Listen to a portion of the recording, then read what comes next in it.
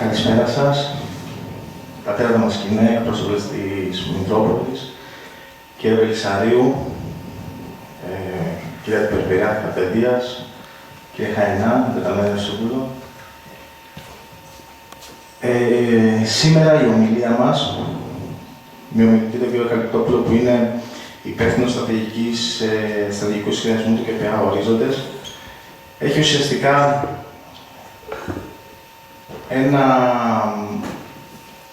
ένα και μόνο στόχο.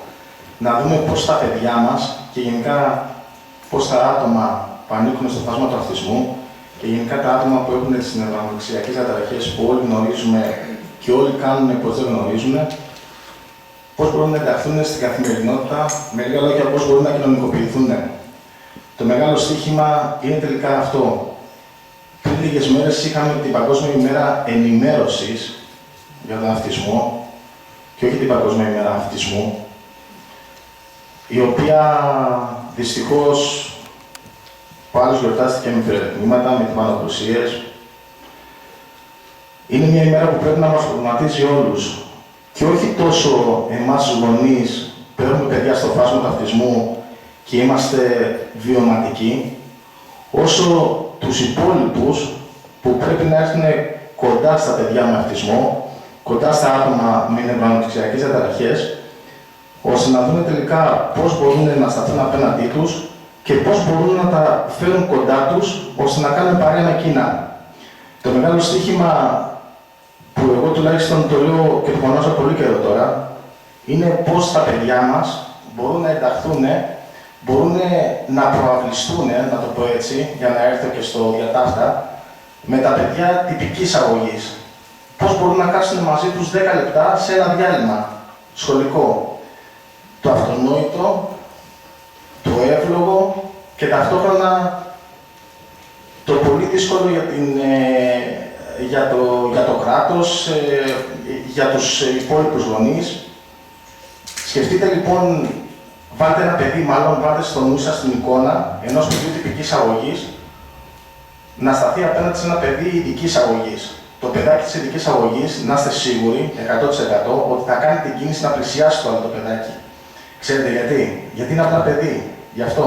Γιατί πω, για κανένα άλλο λόγο. Το παιδάκι της τυπικής αγωγής όμως θα βλέπει απέναντί του το παιδί που είναι στο φάσμα του αυτισμού ή οποιαδήποτε άλλη διαταραχή μπορεί να έχει και δεν θα ξέρει πώς θα το αντιμετωπίσει. Θα το βλέπει δηλαδή σαν ένα αντικείμενο και δεν θα ξέρει πώς θα έρθει κοντά του. Αυτό λοιπόν είναι το μεγάλο στοίχημα, νομίζω για όλους τους γονείς παιδιών ειδικής αγωγής. Είναι το μεγάλο στοίχημα της Ηλιακτίδας και φαντάζομαι είναι το μεγάλο στοίχημα όλων των συλλόγων πώς θα κάνουν τον υπόλοιπο κόσμο, αυτό που λένε όλοι το φυσιολογικό, που δεν είναι το φυσιολογικό όμως, να έρθει κοντά, να γνωρίσει αυτά τα παιδιά, αυτά τα άτομα, γιατί δεν είναι τίποτα άλλο, είναι ένα μέρος της κοινωνίας μας. Άρα λοιπόν το μεγάλο στοίχημα πάνω είναι η κοινωνικοποίηση και η ομαλή μετάβαση των παιδιών αυτών στην καθημερινότητά μας. Εγώ δεν θα σας κουράσω άλλο. Το λόγο έχει ο ομιλητής μας.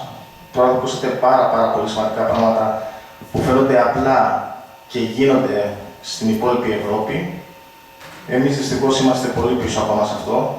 Όπως μου έλεγε πριν ο Σπύρος, ένα βηματάκι χρειάζεται από το ένα πλακάκι στο άλλο, αλλά εμείς δυστυχώς κινούμαστε όχι σε ρυθμούς χελώνας, σε ακόμα και όρους ρυθμούς. Αγαπητέ Σπύρο, έχεις το λόγο. Ευχαριστώ πολύ. Ευχαριστώ. Σας πειράζει.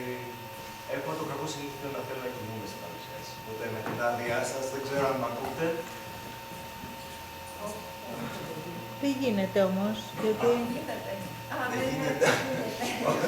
Την πάτησα. Απλά ανοίξτε και ένα μικρόφωνο και σηκώστε το λίγο προς τα πάνω, θα σας πιάνω. Ωραία, εντάξει. Φέρτε το κοντά σας.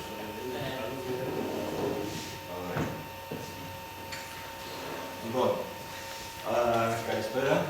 Σας ευχαριστούμε πάρα πολύ για την πρόσκληση εκ μέρους του ΚΠΑ Ορίζοντες, του Διοικητικού Συμβουλίου του Σωματείου μας. Είναι μεγάλη τιμή και μέρος της αποστολής μας να μοιραζόμαστε τις εμπειρίες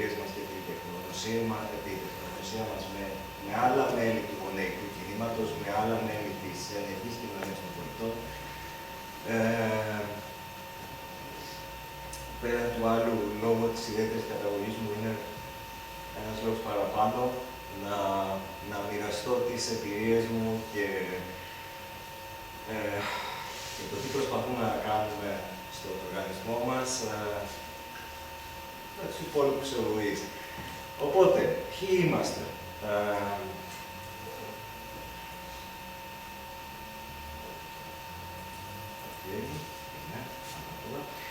Λοιπόν, οι ορίζοντες λοιπόν αποτελούν μέρος του λεγόμενου γονεϊκού κινήματος της ενεργής κοινωνίας των πολιτών. Είναι ένα σωματείο γονέων και δαιμόνων και φίλων και επαγγελματιών ατόμων με αναπηρία, ιδρυθήκαμε το 1997 και παρέχουμε υπηρεσίες υποστήριξης σε άτομα με νοητική αναπηρία και τις οικογένειές τους, τόσο σε κέντρα ημέρας, όσο και σε δομές υποστηριζόμενης διαβίωσης, πιο σωστά στέγαση με υποστήριξη και ταυτόχρονα τα τελευταία 5 χρόνια έχουμε συμμετέχει στο πείραμα της κοινωνικής επιχειρηματικότητας, δημιουργώντας θέσεις εργασίας σε KINSEP για την αρχικά ένταξη σε προστατευόμενο περιβάλλον εργασίας των ατόμων με αναπηρία και με την ελπίδα της πλήρης ένταξής τους από τη στιγμή που αποκτήσουν τις δεξιότητες για να το κάνουν αυτό. Το όραμά μας, το οποίο θεωρούμε ότι μοιραζόμαστε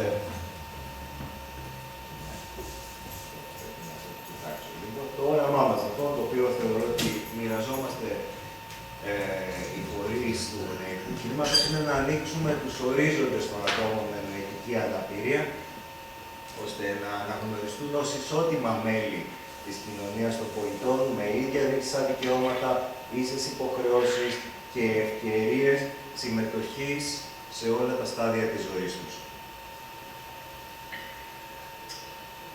Όπως είπα λοιπόν και στην αρχή, ονομάζομαι Σπύρος Καλικόπουλος και 6 χρονών πήγα στο δημοτικό, 18 χρονών αποφοίτησα, τελείωσα την υποχρεωτική εκπαίδευση, πήγα στο πανεπιστήμιο, ολοκλήρωσα τις στρατιωτικές μου υποχρεώσεις, συνέχισα τις ακαδημαϊκές μου σπουδές, βρήκα δουλειά,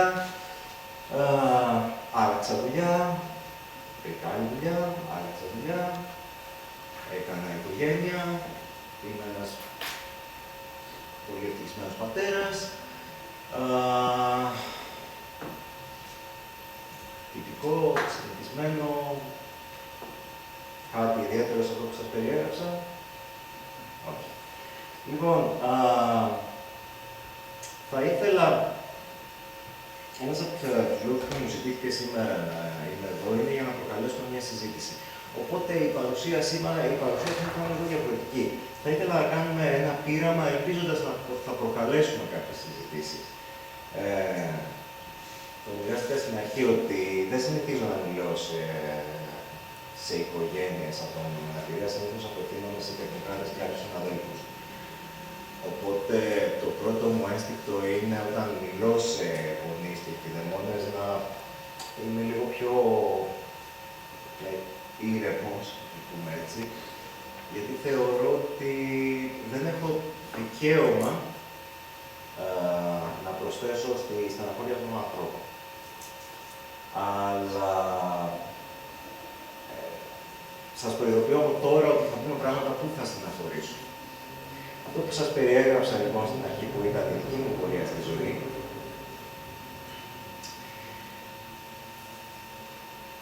ισχύει για τους ανθρώπους με αναπηρία, με νοητική αναπηρία, με αυτισμό. Αυτή είναι μια ερώτηση που κρατήστε τη στο πίσω μέρος του μυαλού σας. Μια δεύτερη ερώτηση που θέλω να σας κάνω είναι, μπορείτε να φανταστείτε μια ερώτηση που κάναν συνέχεια σε εσάς, αλλά δεν κάνουν ποτέ δεν θα κάνουν ποτέ σε άτομα με αυτισμό ή νοητική αναπηρία. Κρατήστε το λίγο και αυτό. Έτσι, και είναι μέρος της αρχής του πειράματος που θα κάνουμε. Οπότε, αυτή ήταν η δική μου πορεία ζωής.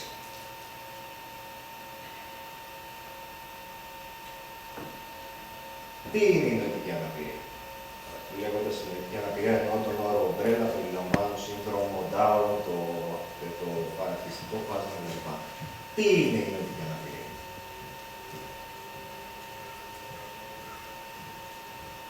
Δεν ξέρω. Δεν έχουμε ιδέα. Και δεν αναφέρομαι στην ιατρική αντικειμενικότητα της αναπηρίας.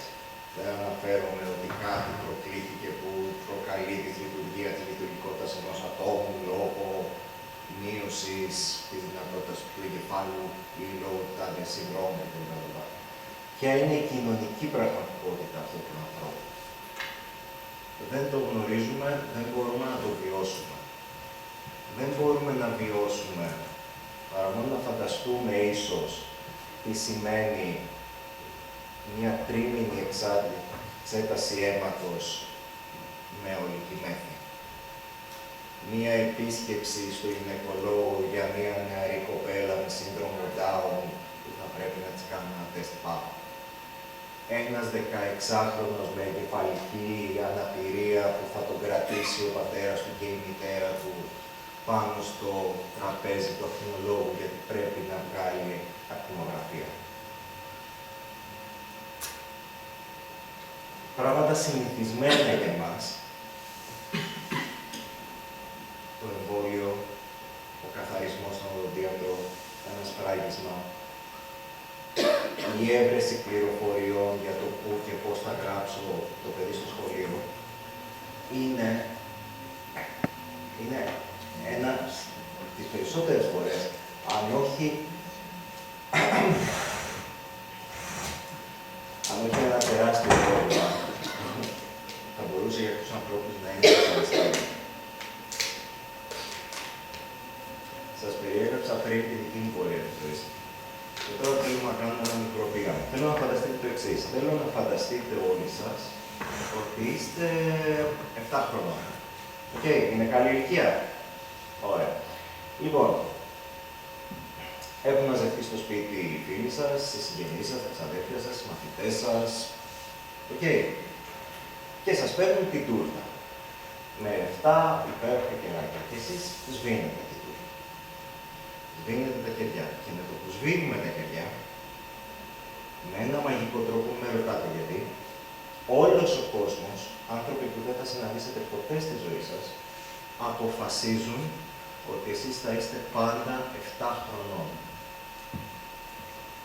Για την ακρίβεια, εσείς θα μεγαλώσετε.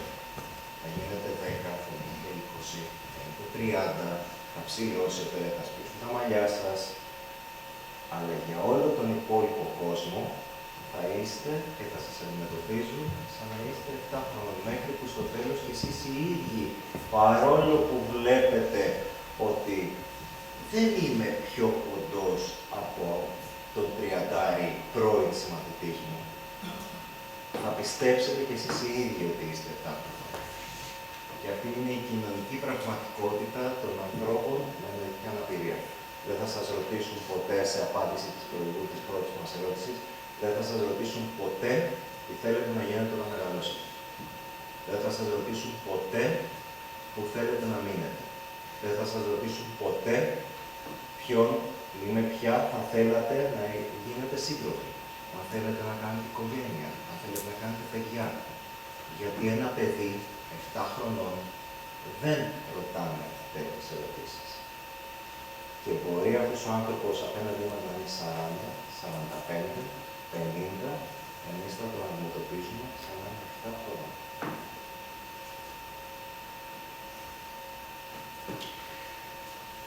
Υπάρχει κάποια λύση σε αυτό? Υπάρχει. Είναι κάτι το οποίο γίνεται στις περισσότερες χώρες της Ευρωπαϊκής Ένωσης. Θέλω να σας πω ότι γίνεται και σε οργανισμούς και φορείς στην Ελλάδα. Λέγεται σχέδιο ζωής. Αυτό που θα σας παρουσιάσω είναι μια σύνθεση καλών πρακτικών που έχουμε δει όχι σε ένα μαγικό πλανήτη όπως η Σουηδία και η Δανία, που είναι πραγματικά χρόνια μπροστά. Είναι κάτι που έχουμε δει να συμβαίνει στην Ισπανία, στη Μάλτα, στην Ιταλία, στην Πορτογαλία. Σε εμάς, τους ορίζοντες, προσπαθούμε. Okay. Τι Τι είναι λοιπόν το σχέδιο ζωής? Αυτό που περιέγραψα λοιπόν, ότι εγώ πήγα στο δημοτικό, τελείωσα το σχολείο, πήγα στο πανεπιστήμιο, έπιασα δουλειά, έκανα οικογένεια κτλ. Το βάζουμε δίπλα μία μαγική λεξούλα, με υποστήριξη. Okay. Δημιουργούμε ένα πλαίσιο, όπου ξεκινώντας από την αρχή αξιολογούμε και καθορίζουμε τους στόχους, τι θέλει ο άνθρωπος με να πει. Ερώτηση θα πρέπει να την έχω κάνει από την αρχή. Υπάρχει ανάμεσά μας άνθρωπος με νοητική αναπηρία? Υπάρχει κάποιος που θα ήθελε να μας πει ότι... Ευχαριστώ πάρα πολύ. Μιλώντας για συμπερίληψη, σήμερα έχουμε έναν μόνο άνθρωπο με νοητική αναπηρία μεταξύ μας. Χωρίς να αποτελεί μορφή, το καταλαβαίνω, είναι κάτι πάρα πολύ συζητημένο στην Ελλάδα. Να μιλάμε για τους ανθρώπους με νοητική αναπηρία χωρίς την παρουσία τους.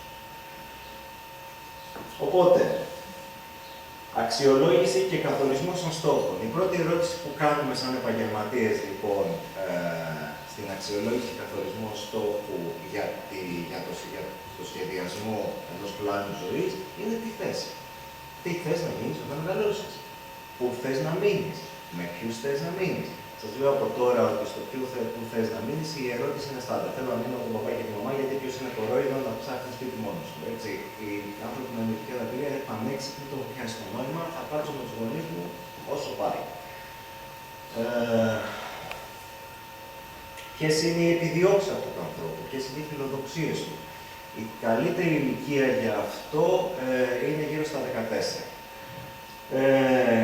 Η όλη λογική του σχεδίου ζωής εστιάζεται σε προσωποποιημένες υπηρεσίες, είτε λογοθεραπεία, είτε εργοθεραπεία, είτε ψυχολογική υποστήριξη κτλ. Φτιάχνουμε κάτι το οποίο δεν έχει να κάνει με το τι υπηρεσίες προσφέρουμε εμείς σαν οργανισμός, αλλά το τι χρειάζεται ο άνθρωπος που έχουμε απέναντι και πρέπει να υποστηρίξουμε και η οικογένειά του. Όλο αυτό το πράγμα που σας περιγράφω γίνεται σε ένα πλαίσιο συνεργασίας ανάμεσα σε επαγγελματίες υγείας, την οικογένεια του ανθρώπου με αναπηρία, γιατί η οικογένεια είναι η θεραπευτική μονάδα, όχι ο άνθρωπος αυτός. Και το σχέδιό μας εστιάζει στο πώς διαχειριζόμαστε τη μετάβαση. Αυτό ακριβώς που κάναμε όλοι στη ζωή μας, το πέρασμα από την παιδική στην εφηβική ηλικία, από την εφηβεία στην ενηλικίωση, από την ενηλικίωση στην...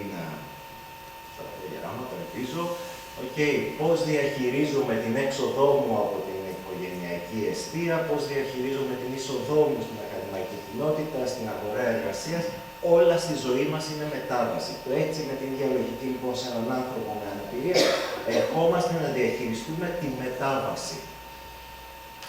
Και φυσικά περνάμε στην υλοποίηση. Η υλοποίηση είναι μια κυκλική διαδικασία ανατροφοδότησης, όπου όλα τα εμπλεκόμενα μέλη, η οικογένεια, οι εκπαιδευτές, οι θεραπευτές, οι λήπτες αποφάσεων από την περιφέρεια, από το Δήμο, από το Υπουργείο, όλοι αυτοί οι άνθρωποι συμμετέχουν και φυσικά εννοείται στο κέντρο είναι ο άνθρωπος με αναπηρία, ανατροφοδοτούν αυτή τη διαδικασία, διορθώνουμε, αλλάζουμε, διαχειριζόμαστε τη μετάβαση. Και για να δουλέψει όλο αυτό, τι χρειάζεται? Υπεράσπιση, συνηγορία και ενδυνάμωση. Ένα γονεϊκό κίνημα με ενεργοί πολίτες που είναι πρόθυμοι να στηρίξουν αυτή τη διαδικασία, αυτή την εφαρμογή των πλάνων, των προσωποποιημένων πλάνων ζωής για κάθε άνθρωπο με νοητική αναπηρία και, να το πούμε πάρα πολύ απλά, να επιβάλλουν την συμπερίληψη αυτών των ανθρώπων στη λήψη αποφάσεων, στην καθημερινότητα, στη συμμετοχή τους, στην αποδοχή του γεγονότος ότι δεν είναι μόνο λήπτες υπηρεσιών, αλλά μπορούν να εργαστούν, να προσφέρουν είτε σαν εθελοντές είτε σαν εργαζόμενοι. Το που είπαμε λοιπόν, ποια είναι η λέξη που φεύγοντας απόψε από εδώ θα πρέπει να έχουμε στο μυαλό μας? Επαγγελματίες, γονείς, λήπτες αποφάσεων, μετάβαση. Η ζωή ενός ανθρώπου με αναπηρία δεν είναι στατική. Δεν είναι 7 χρονών. Αλλάζουν όπως αλλάζουν όλοι μας. Ενηλικιώνονται. Έχουν επιθυμίες. Έχουν φιλοδοξίες. Έχουν επιδιώξεις. ακόμα και ένας άνθρωπος χαμηλής λειτουργικότητας με αλαλία, ο λογοθεραπευτής θα βρει τον τρόπο να επικοινωνήσει μαζί του και το πρώτο πράγμα που θα κάνει αυτός ο άνθρωπος είναι να του πει τι θέλω, τι ανάγκες έχω.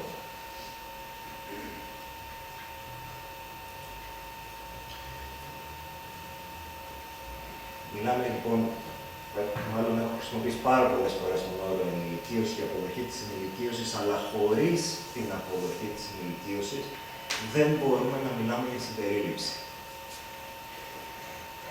Όταν αποδεχτούμε σαν κοινότητα, σαν επαγγελματίες, σαν γονείς, σαν λήπτες αποφάσεων, το ότι αυτοί οι άνθρωποι ενηλικιώνονται, αυτό που ουσιαστικά προσφέρουμε σε αυτούς τους ανθρώπους είναι μια ενίσχυση της αυτοεκτίμησης και της αυτοπεποίθησής τους, γιατί δεν μπορούμε να θεωρήσουμε ίσο, αγαπώ πάρα πολύ την κόρη μου, αλλά δεν είναι ίση με μένα, είναι 7 χρονών. Έναν άνθρωπο όμως, όπως ο Αλέξανδρος, που, εντάξει, μια ηλικία έχουμε, 20 χρόνια διαφορά, 24 τουλάχιστον, και είμαι αναγκασμένος να τον δεχτώ, γιατί βλέπω μπροστά μου έναν ενήλικο. Οπότε, από τη στιγμή που ο άνθρωπος που έχω απέναντί μου καταλαβαίνει ότι τον αντιλαμβάνομαι, ότι τον συμπεριλαμβάνω στην κοινωνία των ενηλίκων και ο ίδιος θα νιώσει αυτοπεποίθηση.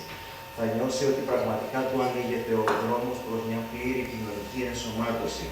Το ότι έχει δικαίωματα σαν πολίτης και έχει πρωτίστως δικαίωμα στη συμμετοχή της ζωής, της κοινότητας, της γειτονιάς του, της παρέας του.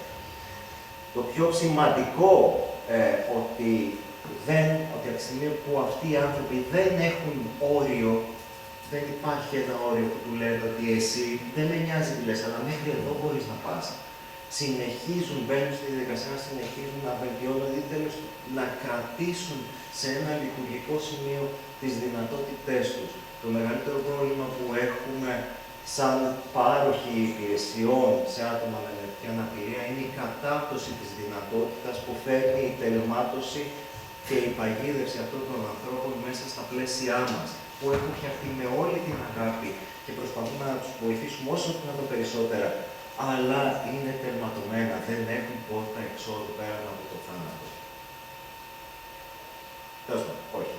Έχουμε καταφέρει και έχουμε φτιάξει μερικές πορτούλες, αποκατάσταση επαγγελματική κτλ.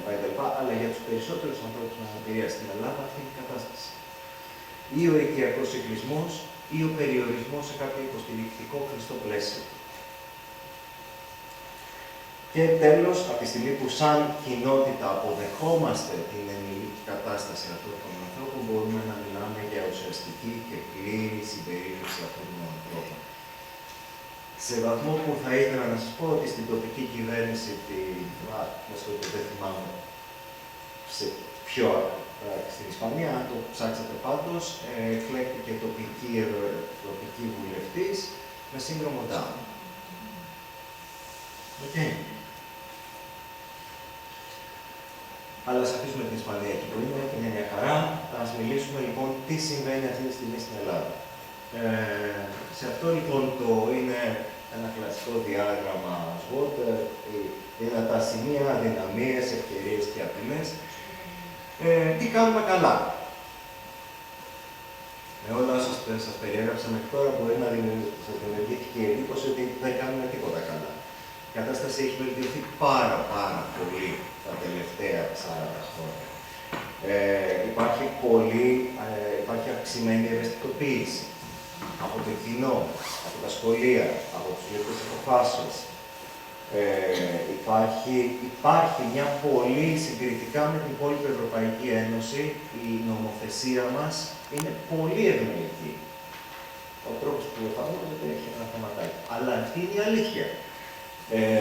Υπάρχουν πλέον μια πλειάδα ενεργών φορέων συνηγορίας που υποστηρίζουν τους ανθρώπους με αναπηρία και τις οικογένειές τους. Υπάρχει η εμπρακτή υποστήριξη της κοινότητας, που πριν κάποια χρόνια και μόνο στο άκουσμα του όρου αυτισμός ή νοητική αναπηρία, είμαστε σε μια ηλικία αρκετή που θυμόμαστε ποια ήταν η αντιμετώπιση.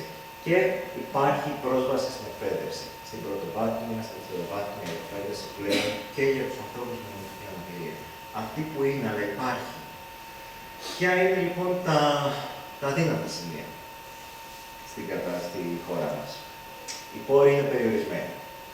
Αυτό το γνωρίζουμε όλοι. Δυστυχώς, τα τελευταία 20 χρόνια βιώνουμε όλη μια κατάσταση που έχουν φέρει στην επιφάνεια σωρία κοινωνικών προβλημάτων. Όλα απαιτούν λύση. Οι λύσεις προϋποθέτουν χρηματοδότηση και πόρους. Το κοινωνικό στίγμα, παρά την βελτιωμένη κατάσταση που σας περιέγραψα πριν, αναλογικά με τις περισσότερες χώρες της Ευρώπης, έχουμε τα υψηλότερα ποσοστά εμφάνισης του κοινωνικού στίγματος. Γενικά για τις μειονεκτούσες ομάδες, όχι μόνο για την νοητική αναπηρία. Οι υπηρεσίες που παρέχονται είναι αποσπασματικές. Δεν μιλάμε. Ο Δήμος δεν μιλάει με το φορέα. Ο φορέας δεν μιλάει με το φορέα δίπλα του. Το ΚΔΑΠ δεν μιλάει με το ΚΔΙ. Το ειδικό σχολείο δεν μιλάει με την περιφέρεια. Η περιφέρεια δεν μιλάει με το Υπουργείο. Όλα είναι αποσπασματικά. Δυστυχώς αυτή είναι η αλήθεια. Υπάρχουν πάρα πολλά εμπόδια στην πρόσβαση. Γυρίζουμε πάλι πίσω στο αποσπασματικό. Παρόλο που έχουμε κάνει πάρα πολλές προόδους, ένα χαρακτηριστικό παράδειγμα, ας υποθέσουμε ότι έχω μια κινητική αναπηρία, θα βγω από το προσβάσιμο σπίτι μου, ελπίζοντας ότι θα μπω στο προσβάσιμο λεωφορείο για να καταφέρω να φτάσω στο προσβάσιμο νοσοκομείο. Τα ενδιάμεσα στάδια δεν είναι προσβάσιμα. Δεν μπορώ από το προσβάσιμο σπίτι μου να φτάσω στην προσβάσιμη στάση για να βρω στο προσβάσιμο λεωφορείο. Και βγαίνοντας, αν τα καταφέρω με τη βοήθεια κάποιων να ξεπεράσω τα μηχανάκια, τα στενά πεζοδρόμια, το δέντρο μέσα στη μέση, πολύ πιθανά θα έχω να αντιμετωπίσω το ίδιο ακριβώς όταν θα κατέβω στη στάση για να πάω στο λεωφορείο. Και αυτό είναι μόνο για την πρόσβαση σε φυσικό επίπεδο. Η πρόσβαση στην πληροφορία, δυστυχώς, σαν χώρα είμαστε πάρα πολύ πίσω. Και τέλος, για να μιλήσουμε και για τους φορείς της κοινωνίας των πολιτών, είμαστε πάρα πολλοί, είμαστε πολύ συγκεντρωμένοι στην Αθήνα και στη Θεσσαλονίκη και είμαστε πάρα πολύ μικροί. Είμαστε μικρές φωνούλες μέσα σε ένα μεγάλο δάσος και δεν μας ακούνε. Αφού σας έκανα την καρδιά περιβόλη, τι ευκαιρίες έχουμε? Πρώτον, όλοι αυτοί οι μικροί φορείς, οι ΟΤΑ, οι περιφέρειες, το Υπουργείο έχουν ξεκινήσει και μιλάνε. Και έχουμε εκπληκτικές ευκαιρίες συνεργασίας. Υπάρχουν πάρα πολλές εξελίξεις στην τεχνολογία που μπορούν να υποστηρίξουν τους ανθρώπους με αναπηρία στην καθημερινότητά τους, από υποστηρικτική τεχνολογία για την αυτόνομη διαβίωση μέχρι την αντιμετώπιση μιας κρίσης. Μας πλησιάζουν συνέχεια διαρκώς σχολεία, φορείς, εταιρείες για να προχωρήσουμε σε εκστρατείες ευαισθητοποίησης. Ο κόσμος ζητά την ευαισθητοποίηση. Για μας είναι ευκαιρία αυτό. Έχουμε η Ευρωπαϊκή Ένωση και άλλοι οργανισμοί ομπρέλα μας παρέχουν εκπληκτικές ευκαιρίες και εργαλεία συνεργασίας και ανταλλαγής καλών πρακτικών με αντίστοιχους φορείς στο εξωτερικό. Μέσα σε πανευρωπαϊκά δίκτυα όπως είναι το ESPD ή το Inclusion Europe, βρίσκουμε ανθρώπους που αντιμετώπισαν αυτά τα προβλήματα πριν 10-20 χρόνια και μας μεταφέρουν τις καλές πρακτικές. Δεν έχουμε οι φορείς δικαιολογία ότι δεν ήξερα ή πρέπει να ανακαλύψω τον ελληνικό τροχό. Και ο πολωνικός τροχός μια χαρά κάνει τα μάξια. Και τέλος, μια εκπληκτική ευκαιρία ότι για πρώτη φορά υπάρχει ένα εθνικό σχέδιο δράσης για τα δικαιώματα των ΑΜΕΑ που τουλάχιστον σε πρώτη ανάγνωση είναι σε μια πολύ καλή κατεύθυνση. Περιμένουμε να δούμε την υλοποίησή του. Ποιες είναι οι απειλές για όλα αυτά? Δυστυχώς οι οικονομικές προκλήσεις παραμένουν. Το σύστημα κοινωνικής στήριξης και υγείας στην Ελλάδα είναι από τα πλέον επιβαρημένα. Υπάρχει πολύ μεγάλη έλλειψη εκπαίδευσης και εκπαίδευσης σε όλο το φάσμα. Από το κοινωνικό λειτουργό στο Δήμο που έχει να αντιμετωπίσει όλες τις μειονεκτούσες ομάδες, οπότε δεν είναι σίγουρο ότι γνωρίζει πώς μπορεί να κατευθύνει μια οικογένεια με αναπηρία ή έναν άνθρωπο με αναπηρία. Από τις επαγγελματικές ευκαιρίες αποκατάστασης των ανθρώπων με αναπηρία, από την εκπαίδευση των γονέων, από την εκπαίδευση και ενημέρωση των λήπτων από των αποφάσεων.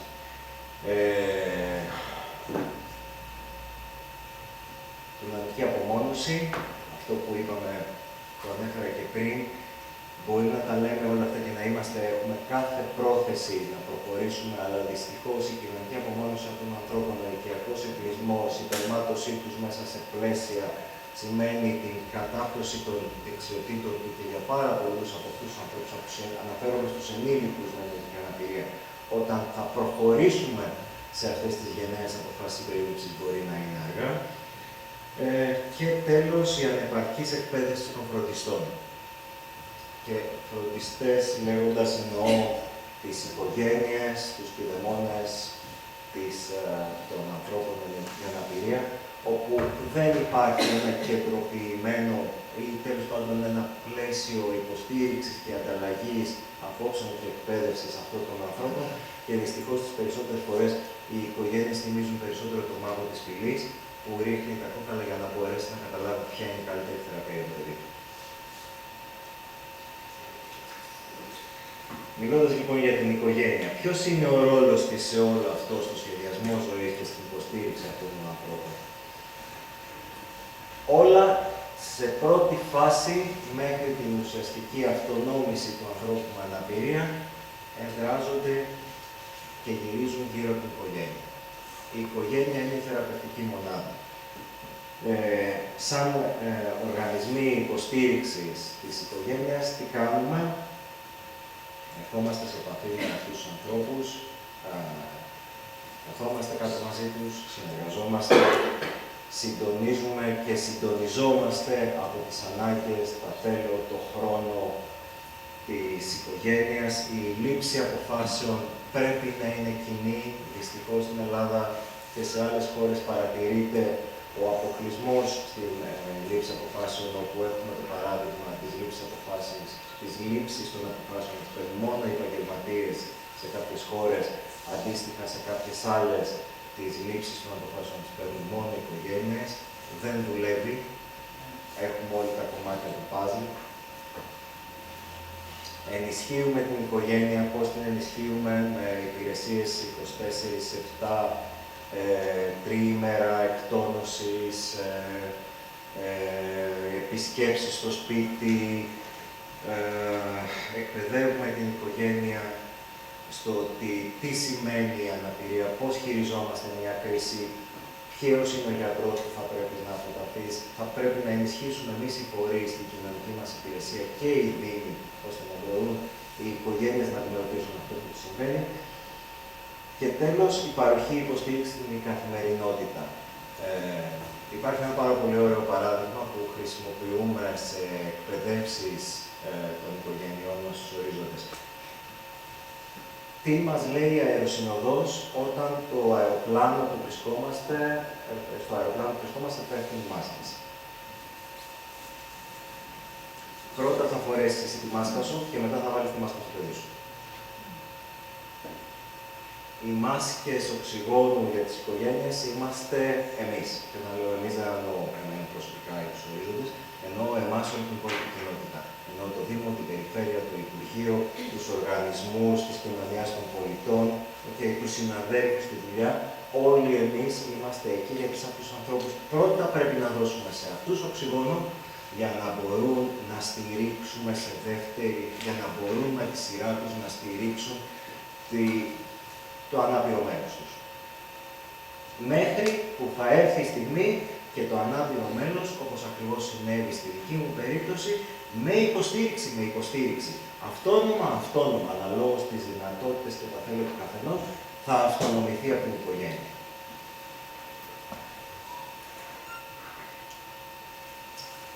Και τώρα που σας τα είπα όλα αυτά, νομίζω ότι σε πολλούς θα έχει δημιουργηθεί απορία. Όλα αυτά τα ωραία που είπα, δουλεύουν, ισχύουν, μπορούν να γίνουν πραγματικότητα. Ζαχαροπλάστρια.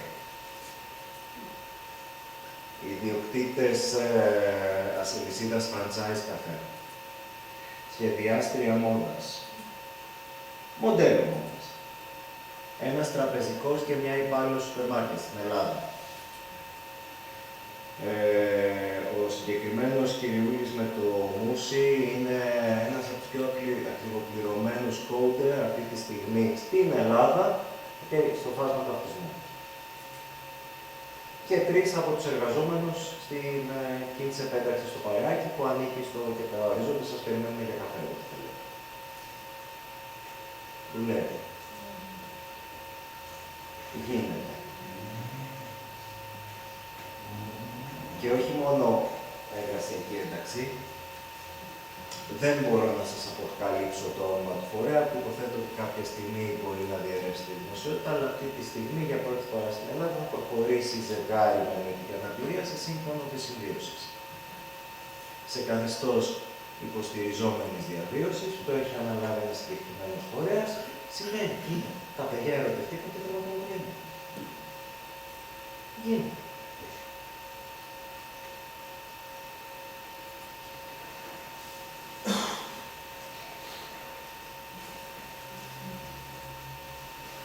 Τι άλλο μπορούμε να κάνουμε.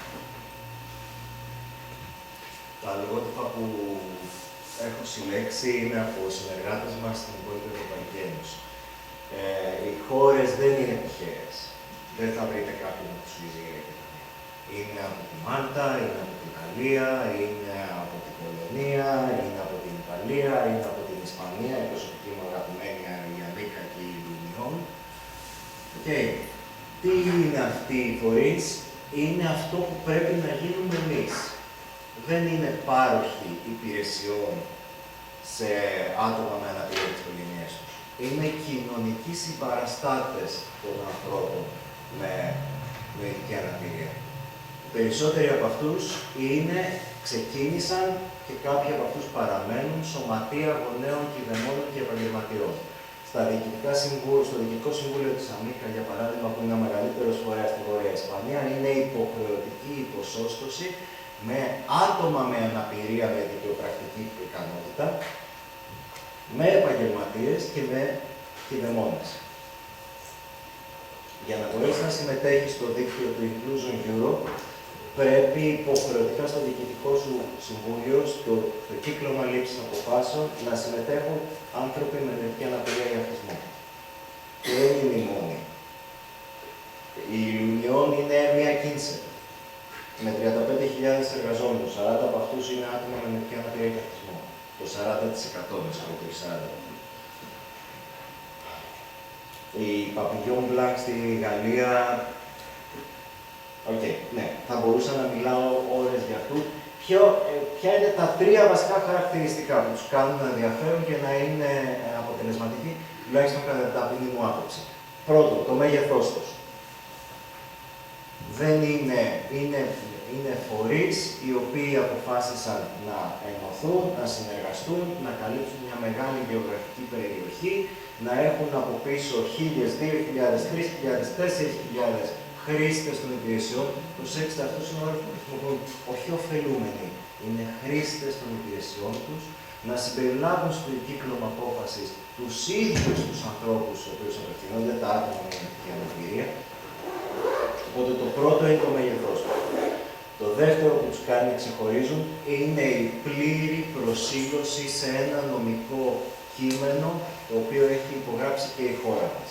Τη Διεθνή Σύμβαση για τα Δικαιώματα των Ανθρώπων με Αναπηρία του Οργανισμού Ηνωμένων Εθνών του 2002. Δεν είναι ένα κενό γράμμα. Είναι ένα κείμενο το οποίο οι οικογένειες των ανθρώπων και η με αναπηρία και όλοι όσοι ενδιαφέρονται για τους ανθρώπους με αναπηρία πρέπει να το διαβάσουν και να το ενστερνιστούν.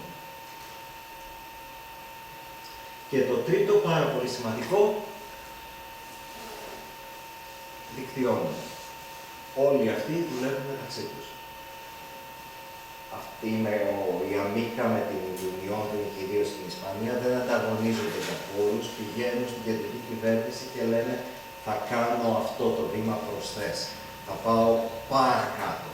Δεν σου ζητώ χρήματα για να χρηματοδοτήσεις τις ίδιες παρεχόμενες υπηρεσίες. Σου ζητώ να επενδύσεις πάνω στη συμπερίληψη. Οπότε,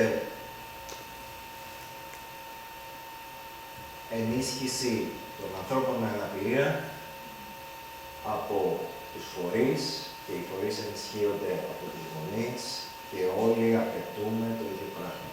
Όχι μία στέγη για τα κακόμοιρα τα παιδιά, αλλά ουσιαστική και πλήρη συμπερίληψη αυτού του ανθρώπου. Ξέχασα να σας πω ότι είμαι οικονομολόγος. Οπότε, γιατί πρέπει να προχωρήσουμε σε ουσιαστική και πλήρη συμπερίληψη των ατόμων με νοητική αναπηρία? Των ατόμων με αναπηρία, γιατί πρέπει να προχωρήσουμε σε συμπερίληψη. Έτσι. Δεν αφορά μόνο τους ανθρώπους με αναπηρία. Αυτό είναι το καταπληκτικό με την νοητική αναπηρία. Ό,τι κάνουμε σαν κοινότητα για τους ανθρώπους με αναπηρία θα το βρούμε μπροστά μας. Ό,τι έχουμε καταφέρει σε επίπεδο τεχνογνωσίας για την ένταξη των ανθρώπων με αναπηρία εφαρμόζεται αυτή τη στιγμή για το γύρας και την γεροντική άνοια. Οι δομές υποστηριζόμενης διαβίωσης που ξεκίνησαν από το κίνημα υπέρ της νοητικής αναπηρίας χρησιμοποιούνται σαν πρότυπα για όλο τον πληθυσμό, γιατί όλοι, δόξα τω Θεώ, το ελπίζω, θα γεράσουμε. Οπότε, ό,τι κάνουμε για την νοητική αναπηρία, σας το λέω από τώρα, όποιο ευρώ επενδύσετε στην νοητική αναπηρία, θα το βρείτε αύριο μπροστά σας, θα το πάρετε εσείς πίσω με το. Έτσι, εντελώς ωφελημιστικά, αλλά αυτή είναι η αλήθεια. Οπότε, εάν δεν προχωρήσουμε στη συμπερίληψη, εάν δεν το κάνουμε, αν συνεχίσουμε με αυτό το μοντέλο, τι συμβαίνει? Κύριε συνάδελφε, υπολογίζουμε εκτός από το τι θα πληρώσουμε, βασική αρχή των οικονομικών, υπολογίζεις τι θα πληρώσεις για να κάνεις κάτι και υπολογίζεις τι θα πληρώσεις εάν δεν το κάνεις. Εάν δεν προχωρήσουμε λοιπόν σε πλήρηση, σε ουσιαστική συμπερίληψη των ανθρώπων με αναπηρία, η φροντίδα θα συνεχίσει να παρέχεται από την οικογένεια, με ό,τι αυτό σημαίνει για τους πόρους και τη δυνατότητα εργασίας της οικογένειας. Άρα έχουμε διαφυγόντα κέρδη από εκεί. Και τις περισσότερες φορές ένας από τους δύο γονείς θα μείνει στο σπίτι όντας φροντιστής. Χάσαμε δύο εργατικά χέρια, κατευθείαν. Συνεχίζουν να αυξάνονται οι ανάγκες για εκπαίδευση και στήριξη σε κλειστά πλαίσια με πολύ μεγαλύτερο λειτουργικό κόστος των ανθρώπων με αναπηρία για κάθε €1 που παίρνουμε από την πρόσθετη στήριξη στα σχολεία και τα βάζουμε στην κλειστή δομή. Όπως είναι, εντάξει, δεν είμαστε κλειστή δομή, αλλά καταλαβαίνετε τι να πω. Την αποκλειστική δομή που είμαστε εμείς, οι ορίζοντες, ή το ειδικό σχολείο, πολλαπλασιάζεται η ανάγκη. Γιατί το ειδικό σχολείο έχει εξυπηρετεί ένα συγκεκριμένο σκοπό. Η κλειστή δομή εξυπηρετεί μια άλλη. Όταν βάζουμε όμως όλους τους ανθρώπους σε κλειστές δομές άκρητα, και εδώ ερχόμαστε σε ένα πολύ σημαντικό ποσοστό που με συγχωρείτε πρέπει να το έχω αναφέρει. Μόνο το 24% λέει η διεθνής βιβλιογραφία των ανθρώπων με νοητική αναπηρία έχει ανάγκη πλήρους στήριξης. Οι υπόλοιποι μπορούν να ενταχθούν σε συμπεριληπτικά πλαίσια. Από τη στιγμή που όμως δεν υπάρχουν συμπεριληπτικά πλαίσια, μπαίνουν όλοι, οποιοσδήποτε διαγνώνεται στο ακουστικό φάσμα με νοητική αναπηρία και κεφαλική παράλυση, θα μπουν όλοι ακρίτως σε ειδικά πλαίσια. Οπότε έχω έναν άνθρωπο ο οποίος με στήριξη, με υποστήριξη θα μπορούσε να είναι εκτός, θα μπορούσε να είναι στο σπίτι του, θα μπορούσε να είναι στη δουλειά του, θα μπορούσε να είναι με τη γυναίκα του, θα μπορούσε να είναι με τον άντρα της, οτιδήποτε θα μπορούσε να ζει τη ζωή του, της. Αλλά όχι, είναι σε ένα κλειστό πλαίσιο. Τι κάνω λοιπόν? Έχω αφαιρέσει μία θέση που κάποιος άνθρωπος χαμηλής λειτουργικότητας έχει πολύ μεγαλύτερη ανάγκη, γιατί έχω αυτό το λειτουργικό εκεί και έχω πάρει από την αγορά εργασίας έναν άνθρωπο ο οποίος μπορεί να μου παρέχει υποστήριξη, βοήθεια, με τους πόρους του, με τις γνώσεις του, με τη δουλειά του, με τη συμμετοχή του. Γιατί είναι άνθρωπος με νοητική αναπηρία. Γιατί είναι 7 χρονών.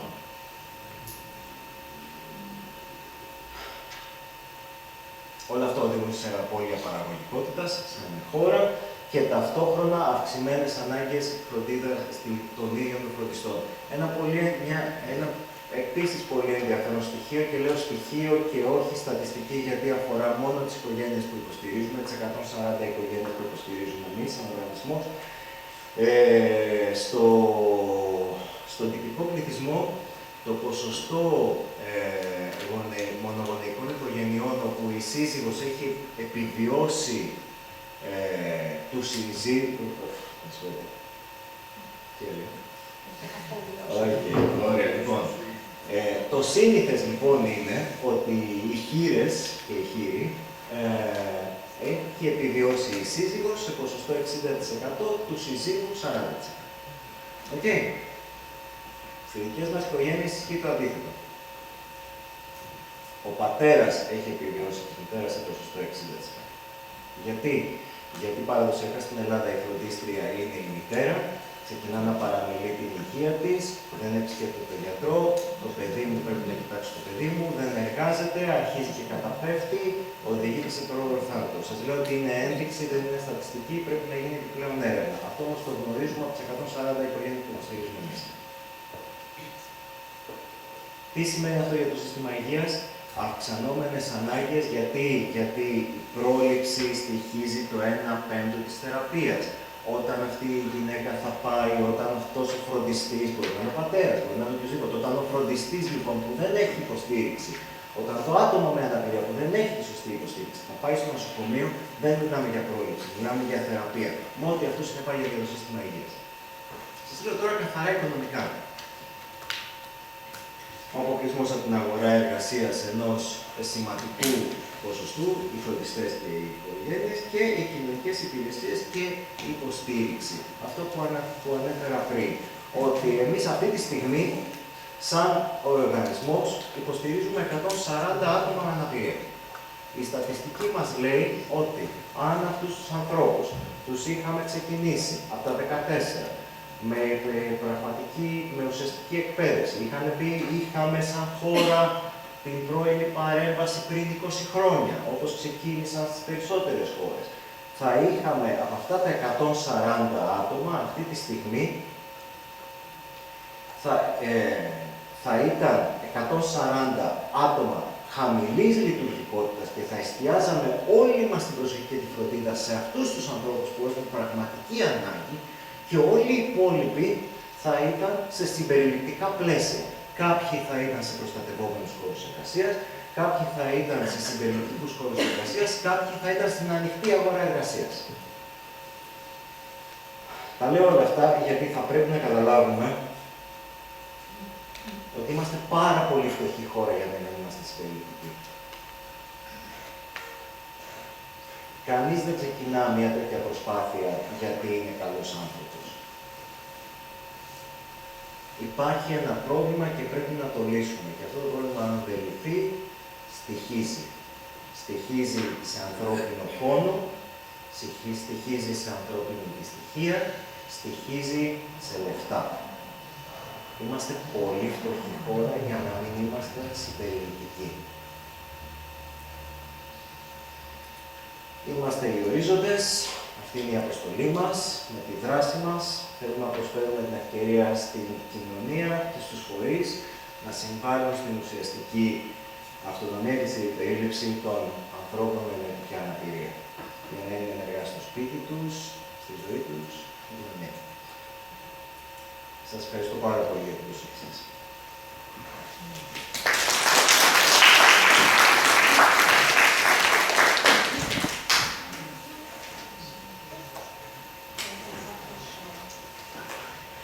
Θα ήθελε κάποιος να κάνει κάποια ερώτηση, να μεταφέρει κάποια εμπειρία.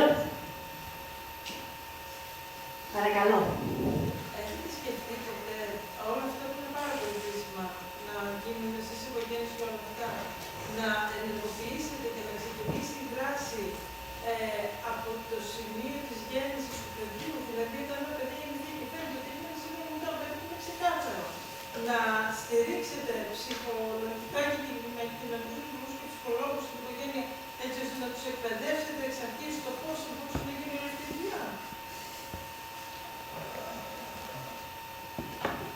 Ναι, αυτό που λέτε είναι η πρωινή παρέμβαση, 0 έως 3. Στην Ελλάδα έχει ξεκινήσει σε πιλωτικό στάδιο να εφαρμόζεται από κάποιους φορείς.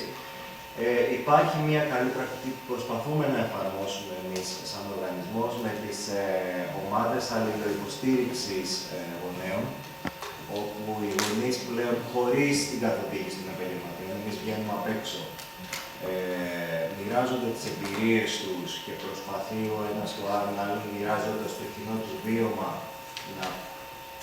και να εκπαιδευτούν και να βρουν λύση σε θέματα της καθημερινότητας. Αυτό που λέτε εφαρμόζεται σε πάρα πολλές χώρες.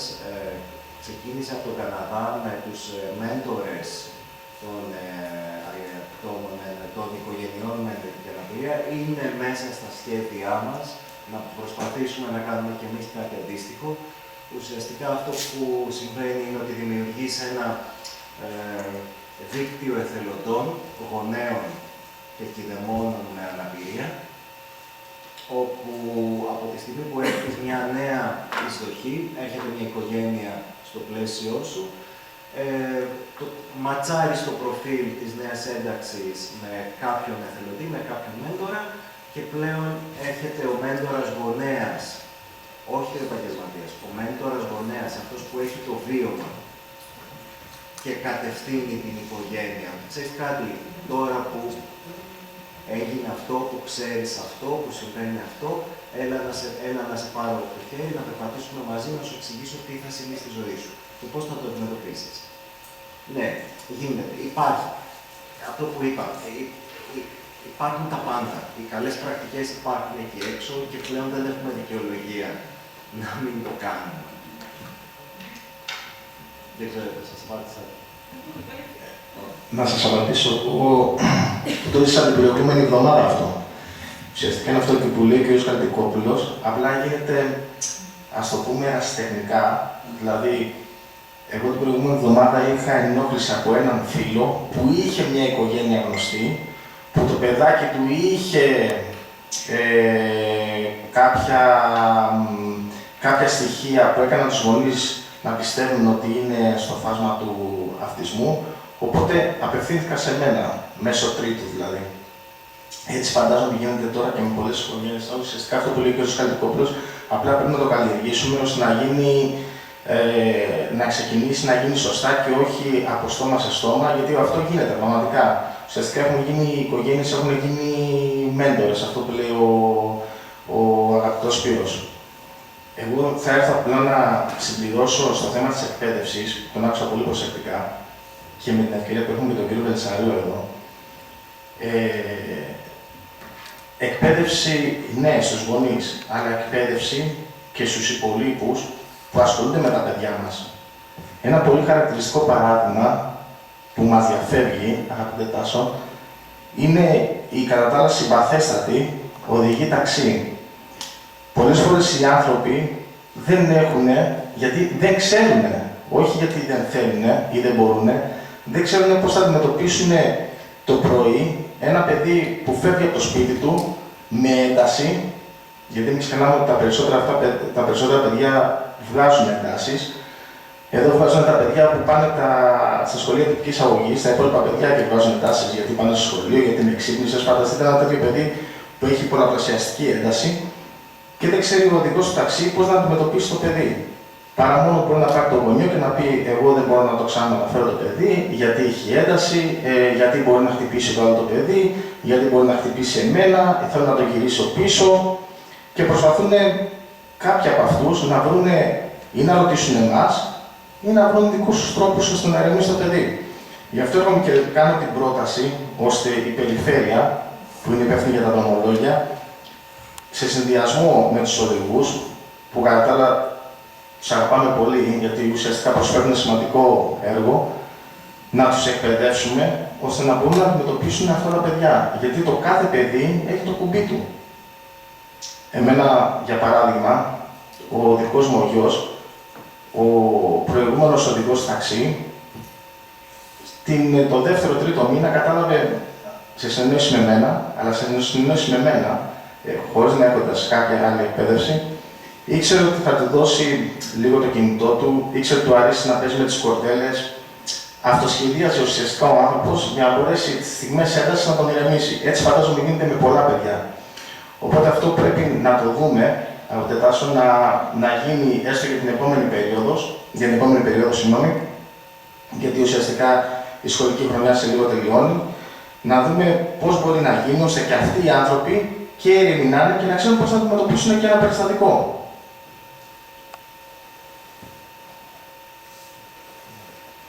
Κυρία Παπά, παρακαλώ. Καλησπέρα σας. Αυτό που θα ήθελα, επειδή είμαστε εδώ από ό,τι βλέπω, είμαστε 3 δημοτικοί σύμβουλοι του Δήμου Χαλκιδαίων, θα ήθελα να ρωτήσω πώς ο Δήμος Χαλκιδαίων θα μπορέσει να βοηθήσει στη συμπερίληψη, που θεωρώ ότι είναι το πιο σημαντικό, και να δημιουργήσει κάποιες θέσεις εργασίας για όλα αυτά τα παιδιά. Θεωρώ ότι αυτό πραγματικά θα βοηθήσει στην κάθε πόλη. Ευχαριστώ. Ναι, λοιπόν, πρώτα απ' όλα να σας πω ότι η Χαλκίδα σαν υπόδειγμα προσφέρεται πληρεί τα περισσότερα χαρακτηριστικά μιας πλήρους πληροφορικής πόλης. Στο να γίνει μια πλήρους πληροφορικής. Δεν είναι. Το αντίθετο. Δεν είναι. Όχι, πιστέψτε. Έχει χαρακτηριστικά ότι είναι αυτό, είναι μια μετατόπιση. Εντάξει. Μην νομίζετε, δηλαδή, αν πάτε στην Πορτογαλία, για παράδειγμα, και σας λέω ότι η Πορτογαλία, γιατί οικονομικά και κοινωνικά είναι μια χώρα πάρα πολύ κοντά σε εμάς. Πόσο έξυπνες και απλές λύσεις έχει ο Δήμος της Λισαβόνας, που έχει αναγνωρίσει, ή ο Δήμος Λαρίσης στην Ελλάδα, έτσι, υπάρχει αυτό το παράδειγμα. Τέλος πάντων, τώρα μιλάμε πάντα για κοινωνική αναπηρία, αλλά τέλος πάντων, η Χαλκίδα έχει όλη τη δυνατότητα να γίνει, με πάρα πολλούς τρόπους. Στην Ισπανία, για παράδειγμα, σε ένα πρόσφατο εκπαιδευτικό ταξίδι, πήγαμε σε μια δημοτική, στην υπηρεσία Πρασίνου, όπου ο Δήμος της συγκεκριμένης πόλης, θα το βρω, δεν το έχω, δεν θυμάμαι τι ακριβώς ήταν, Τελαβέγκα, κάτι, τέλος πάντων, κοντά στο Σανταντέ, η υπηρεσία Πρασίνου απαρτιζόταν αποκλειστικά και μόνο από άτομα με αναπηρία. Όλη η υπηρεσία Πρασίνου ήταν άτομα με αναπηρία. Όλοι όμως, από τους προϊσταμένους, τους διευθυντές, τους εργάτες, τους υπουργούς, σου λέει ποιος έχει αναπηρία, αυτό. Οπότε, σε συνεννόηση με το αντίστοιχο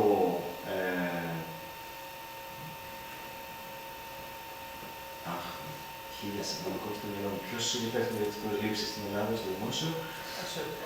ΑΣΕΠ. Σε συνεννόηση λοιπόν με το ΑΣΕΠ, το αντίστοιχο στην Ισπανία, τους είπαν ότι εμείς θα φτιάξουμε αυτή τη δομή που θα απασχολεί 100% άτομα με αναπηρία και στο επόμενο διαγωνισμό το θέσανε υπόψη και σου είπαν ότι εγώ μόνο εδώ πήγα άτομα με αναπηρία. Δηλαδή είναι τόσο απλό. Εδώ στην Ελλάδα υπάρχει το Power of Flower, νομίζω λέγεται, που έχει αποδείξει ότι όντως μπορεί να συμβεί αυτό. Είναι ένας οργανισμός που απασχολεί μόνο άτομα με νοητική αναπηρία και καλλιεργούν τα λουλούδια την ώρα που θα τα καλλιεργήσουν μέχρι την ώρα που θα τα πουλήσουν οι ίδιοι. Δηλαδή τα κάνουν για την παράδοση. Μάλιστα έχουμε και στη Βουλή ένα χώρο. Η Γη Θεραπενής, το εργαστήρι με ένα ευρωπαϊκό πρόγραμμα που βραβεύτηκε, το Greennet, με υποστηρικτική τεχνολογία πλήρης αυτονόμησης κυπουρών με νοητική αναπηρία. Έχουμε πολλά καλά παραδείγματα.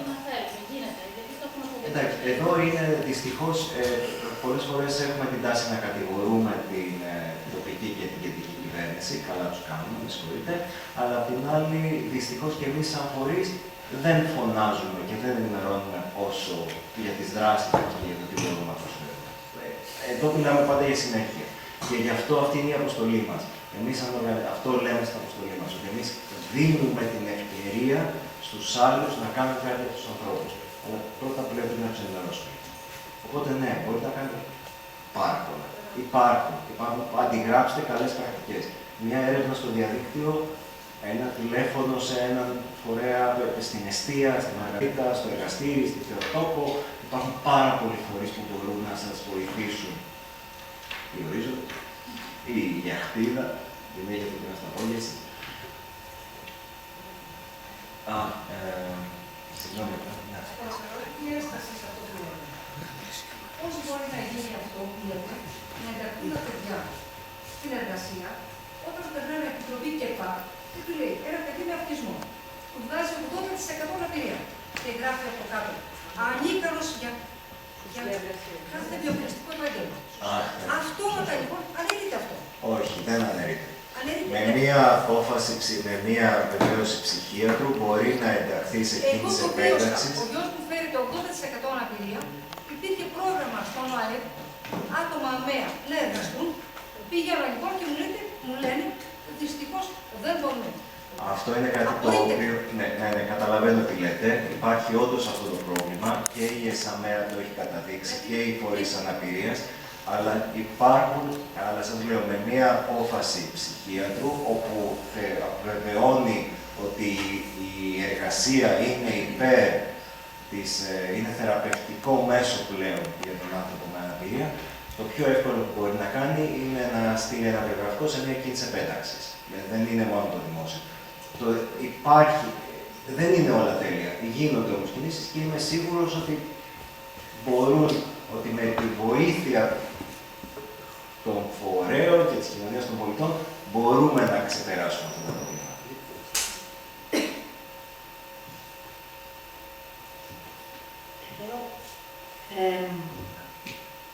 Θα ήθελα, πριν συνεχίσουμε, να μεταφέρω λίγο την εμπειρία μου από την επίσκεψή μου στο ΚΕΠΑ Ορίζοντες. Σαν κτίριο είναι ένα παλιό σχολείο που τους παραχωρήθηκε από το Δήμο. Για να ξεκινήσεις ένα κέντρο ημέρας, ένα κέντρο διημέρευσης όπου θα εκπαιδεύσεις άτομα για να κάνουν τη μετάβαση, χρειάζεται λοιπόν υποστήριξη από τους φορείς. Σπύρο, αν κάνω κάτι λάθος, διόρθωσέ με. Δεν μπορείς να ξεκινήσεις, η Λεκτίδα έχει αυτά τα σχέδια χωρίς να έχεις έναν χώρο. Δεν μπορείς να ξεκινήσεις με δυσβάσταχτα έξοδα. Πρέπει να έχεις υποστήριξη. Στο ΚΕΠΑ Ορίζοντες έχουμε επενδύσει σε ένα εξαιρετικό επιστημονικό προσωπικό. Τα περισσότερα εργαστήριά τους, όλα τα εργαστήριά τους,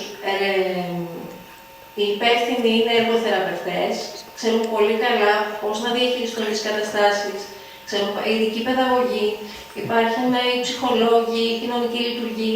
Όλη αυτή είναι μια διεπιστημονική ομάδα, γιατί αυτή η μετάβαση χωρίς εκπαίδευση δεν γίνεται. Ποιος άλλος θα ήθελε να πει κάτι? Συγγνώμη, έχει πει η πρώτα κυρία Βάλη. Καλησπέρα σας.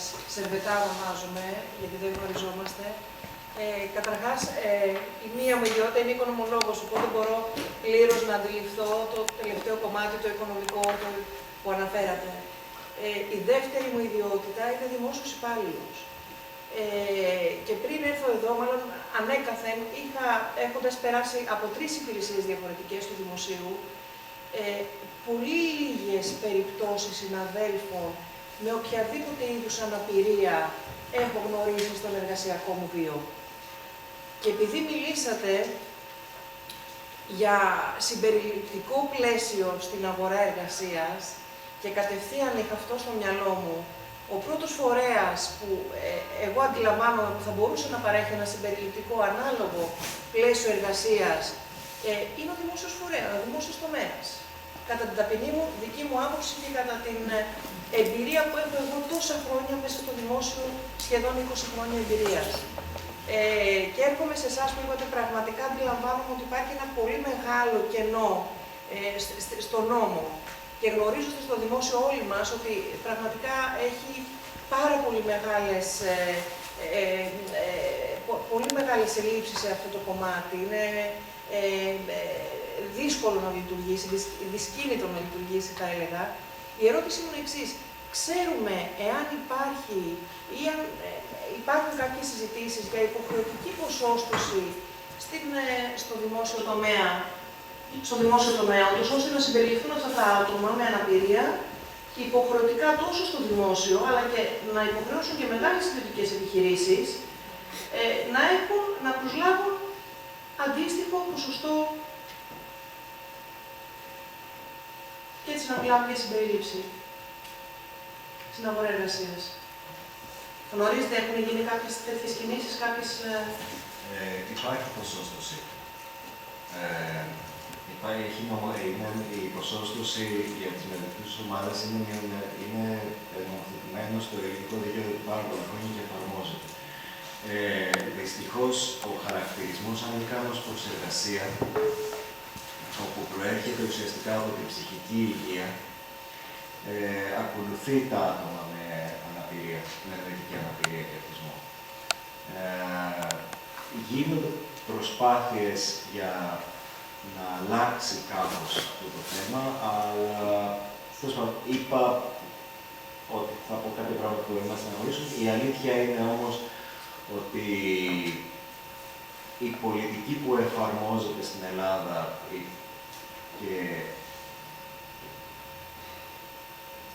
και η αλήθεια είναι ότι η κοινωνική μας πολιτική σε μεγάλο βαθμό εξαντλείται στα επιδόματα και όχι στις υπηρεσίες και στις... Πώς το βόρο, από οικονομικής άποψης. Οπότε, από τη μία υπάρχει ο φόβος πολλών οικογενειών ότι αν αλλάξει κάτι σε αυτό το καθεστώς θα χάσουν επιδόματα. Δεν μπορώ να τους οδηγήσω, η αναπηρία είναι ένα πάρα πολύ ακριβώς κόμμα. Οπότε πάντα υπάρχει αυτός ο φόβος. Απ' την άλλη όμως, αν δεν αλλάξει αυτή η πολιτική και δεν στραφούμε προς την ενίσχυση των υπηρεσιών και όχι των επιδομάτων, ο χαρακτηρισμός ανίκανος προς εργασία δεν ξέρω πώς μπορεί να αλλάξει. Γιατί τα περισσότερα επιδόματα για τους ανθρώπους με νοητική αναπηρία βασίζονται πάνω σε αυτό το χαρακτηρισμό του ΚΕΠΑ. Είναι λάθος, είναι εκτρό, δεν θα έπρεπε καν να υπάρχει, απλά επειδή το σύστημά μας ξεκίνησε από την ψυχική υγεία, ακολουθεί και την νοητική αναπηρία. Πάντως στο δημόσιο βλέπω ότι εξακολουθεί τις πόρτες του. Να τις έχει κλειστές γιατί παρακολουθεί. Όχι, οι πόρτες του δημοσίου είναι ανοιχτές σε όσους δεν έχουν αυτό το χαρακτηρισμό. Άρα και πάλι μιλάμε για νομοθετικό κενό εδώ. Εκεί καταλήγουμε. Όχι, είναι συστημικό το θέμα, δεν είναι νομοθετικό. Είναι καθαρά συστημικό. Τέλος πάντων, είναι μια πάρα πολύ μεγάλη κουβέντα που ξεπερνά λίγο τους... αλλά είναι κάτι το οποίο, ναι, έχει να κάνει με την όλη λογική το πώς υποστηρίζω μια μειονεκτούσα ομάδα. Όσο το εξαντλώ στο επίδομα, ποιος ο λόγος να αλλάξει το ανίκανος προς εργασία. Το ίδιο πρόβλημα υπάρχει γενικά για τη διαφορετικότητα. Η υπερδιάγνωση για να μπορέσει να κάνει κάτι, εργοθεραπεία και να καλυφθεί, είναι πρόβλημα και για τα παιδιά τυπικής ανάπτυξης, να ξέρετε. Εγώ συγκεκριμένα και στα 3 μου παιδιά χρειάστηκε να κάνω λόγο, έργο και λίγο ψύχο όταν ήρθαν κοντά μας. Έπρεπε να γίνουν υπερδιαγνώσεις και να γραφτούν στα βιβλιάρια τους, και όπως καταλαβαίνετε στο αρχείο τους, στο ιατρικά τους αρχείο, πράγματα που δεν έπρεπε να έχουν γραφτεί για εκείνα και μπορεί να τα ακολουθούν σε όλη τους τη ζωή. Φαντάζομαι δηλαδή σε άλλες περιπτώσεις πιο πολύπλοκες, σοβαρές, όπως είπες. Είναι μεγάλο θέμα αυτό και όντως είναι πρόβλημα και πρέπει να λυθεί. Ναι, αυτό δυστυχώς είναι που συζητούσαμε και πριν την έναρξη της ημερίδας. Εάν πάρουμε τα νομικά κείμενα της Ιταλίας, της Ισπανίας, της Ιρλανδίας και τα μεταφράσουμε στα ελληνικά, ξαφνικά θα δούμε ότι είναι ακριβώς το ίδιο. Ο νόμος είναι ο ίδιος. Με κάποιες μικρές διαφορές. Αν δούμε πώς ξεκίνησε ποιο είναι το νομικό καθεστώς που διέπει τα κρύφτα κέντρα διημέρευσης, θα δούμε ότι ουσιαστικά εμείς δεν θα έπρεπε να έχουμε κοινωνική υπηρεσία. Βάσει του νόμου είμαστε αποδέκτες, είμαστε αρρωγοί του Δήμου. Οι δημοτικές υπηρεσίες αρρωγής αυτή τη στιγμή, η αλήθεια όμως είναι αυτή, ότι και είναι υποστελεχωμένες και υποεκπαιδευμένες. Δεν μπορώ να απαιτώ από ένα Δήμο σε μια πόλη 100-200.000 κατοίκους με όλα τα προβλήματα από μονογονεϊκές οικογένειες, μετανάστες, πρόσφυγες, ανέργους κλπ. Να γνωρίζουν αυτοί οι 2 κοινωνικοί λειτουργοί, οι 3 που μπορεί να εργάζονται στο Δήμο, να γνωρίζουν πώς θα μακαριστούν. Είναι θέμα μοντέλου. Είναι καθαρά θέμα μοντέλου. Σε μια αντίστοιχη περίπτωση, μετά την διάγνωση στην Ισπανία, δεν θα ξεκινήσω, δεν θα πάρω το το Χρυσόλογο και θα πάρω σβάρνα τα σωματεία να δω που θα εντάξω το Δήμο. Θα πάω στο Δήμο. Θα κλείσω ραντεβού, θα μιλήσω με την κοινωνική λειτουργό στο Δήμο. Η κοινωνική λειτουργό θα πάρει το κοινωνικό και το ιστορικό, θα κάνει το κοινωνικό ιστορικό και θα μου πει ότι υπάρχει θέση στους ορίζοντες, στην Ιλιακτήδα, στη Μαργαρίτα, στα Λιμόνια. Εδώ δεν υπάρχει χαρτογράφηση ούτε των φορέων. Υπάρχει χαρτογράφηση των φορέων, γίνεται, υπάρχει τέτοια. Το πρόβλημα είναι ότι η υποστελέχωση του δημοσίου σε τέτοιες ευαίσθητες, δυστυχώς έγινε και αυτό. Φύγαν άνθρωποι από το δημόσιο που σε μια... Εντάξει, δεν θέλω να επεκταθώ περισσότερο. Αυτή είναι η αλήθεια. Κυρία Τσιβίκα, καλησπέρα και από μένα. Να σας ευχαριστήσουμε για την πολύ ωραία παρουσίαση. Έτσι μας είπατε και πράγματα που νομίζω όσοι δεν είμαστε μέσα στο πρόβλημα δεν τα γνωρίζουμε καλά. Είναι πολύ σημαντικό αυτό που είπατε. Θεωρώ ότι οι δυνατότητες της επιστήμης και της τεχνολογίας είναι πολύ μεγάλες και δίνουν τη δυνατότητα σε αυτά τα παιδιά. Άλλωστε αυτό συμβαίνει σε όλους τους τομείς της ζωής μας, όπως και στην υγεία, γιατί είμαι σε αυτό το χώρο. Νομίζω και η θέληση, όπως είπατε, υπάρχει από ανθρώπους που ασχολούνται με το αντικείμενο. Όμως δυστυχώς η πραγματικότητα που ζούμε είναι τελείως διαφορετική, τουλάχιστον εδώ στην πόλη μας από ό,τι γνωρίζουμε. Δεν υπάρχουν τα στοιχειώδη, όπως τα κατάλληλα σχολεία για να πάνε τα παιδιά αυτά, ή το εκπαιδευτικό προσωπικό, ή το υπόλοιπο προσωπικό που έχει να κάνει με κινησιοθεραπείες, φυσικοθεραπείες ή λογοθεραπείες και ούτω καθεξής. Είναι όλα ατομική η ευθύνη του γονέα, ενώ νομίζω για να επιτευχθεί όλο αυτό που είπατε έπρεπε να είναι ευθύνη του κράτους, έτσι, είτε και της τοπικής διοίκησης τέλος πάντων, έτσι, μια κεντρική ευθύνη, ώστε να μπορεί να οργανώνει και να σχεδιάζει το πώς θα δουλέψουν όλα αυτά και επιπλέον να μην είναι στο άγχος κάθε φορά του γονιού αν θα μπορέσει να κάνει ό,τι καλύτερο μπορεί για το παιδί του, να τα έχει όλα αυτά στο κεφάλι του, ενώ θα πρέπει να είναι έτσι λίγο κρατική μέρημνα και να βοηθήσει το γονιό και να βοηθήσει το παιδί και να εκπαιδεύσει και όλους τους υπόλοιπους της κοινωνίας, ώστε να μπορούν και να αποδεχτούν άτομα με ειδικές ανάγκες. Νομίζω αυτό είναι το κυριότερο, η χρηματοδότηση από το κράτος, έτσι, προς την τοπική διοίκηση, γιατί όντως εδώ ο Δήμος της Χαλκίδας έχει 1-2 κοινωνικούς λειτουργούς και 1-2 ψυχολόγους για αυτές τις περιπτώσεις. Είναι λίγα τα χρήματα, δεν μπορεί να ανταποκριθεί, οπότε αυτό θα μπορούσε να γίνει ολοκληρωμένα μόνο μέσω κεντρικού φορέα, έτσι ώστε και οι γονείς να μπορούν να στηριχθούν και οικονομικά, γιατί όλοι ξέρουμε πολύ καλά ότι αν έχεις, μπορείς να ανταποκριθείς σε όλες αυτές τις απαιτήσεις. Αν ένας γονιός δεν έχει, παίρνει το παιδί του, κάθεται σπίτι και το προσέχει. Έτσι, δυστυχώς έτσι είναι. Αυτά δεν θέλετε να πω τίποτα άλλο. Ευχαριστούμε πολύ. Νάντια, θα ήθελα να πω ότι ναι, ο βασικός συντονισμός, αυτό που έχουμε δει να δουλεύει αποτελεσματικά, έχει σαν βασικό συντονιστή το κράτος, αυτή είναι η δουλειά μάλιστα, αλλά μιλώντας για συμπερίληψη, στο κομμάτι των υπηρεσιών, αυτό το θέμα είναι και αυτοσυμπερίληψη. Όπου έχουμε δει, τουλάχιστον από τη δική μου εμπειρία, να υπάρχουν αυξημένα ποσοστά συμπερίληψης, γίνεται γιατί υπάρχει συνέργεια, ουσιαστική συνέργεια. Θα μπορούσαμε να πούμε ακόμα και ακτιβίστικη ενέργεια που προκαλεί αυτή τη συνέργεια.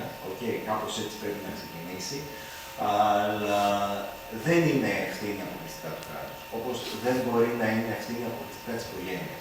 Όπως δεν μπορεί να είναι αποκλειστικά ευθύνη ενός οργανισμού υποστήριξης. Μιλάμε για συμπερίληψη. Και οι 3-4, όλα τα ενδιαφερόμενα μέρη εδώ πρέπει να καθίσουν και να δουλέψουν σοβαρά. Γιατί διαφορετικά δεν υπάρχει επιτυχία.